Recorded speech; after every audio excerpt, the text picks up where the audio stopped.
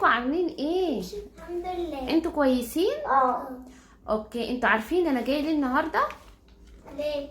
نلعب لعبة الرسايل. مين يحب يلعب معايا لعبة الرسايل؟ أنا. لعبة الرسايل دي ممكن نلعبها ازاي؟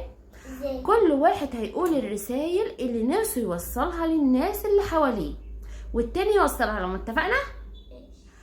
ايه الحاجة اللي انت عاوزة تقوليها لبابا؟ اقول له يا بابا يا بابا انا بحب اسمع كلامك كتير عشان انت بابايا، يعني ما حدش بابايا ولا ممكن برضه اسمع كلامه. بتقول ايه لبابا؟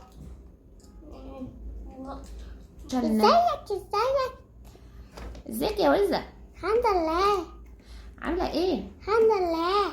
وانت يا وزة عاوزة تقولي ايه لباباكي ومامتك؟ مش عارفة. فكري، عاوزة تقولي ايه طب لباباكي بس؟ عايزة اقول ان انا بحبك. طب عاوزة تقولي ايه لمامتك؟ بحبها جدا جدا وبحب بابا وماما جدا جدا وشكرا على دعمهم عليا.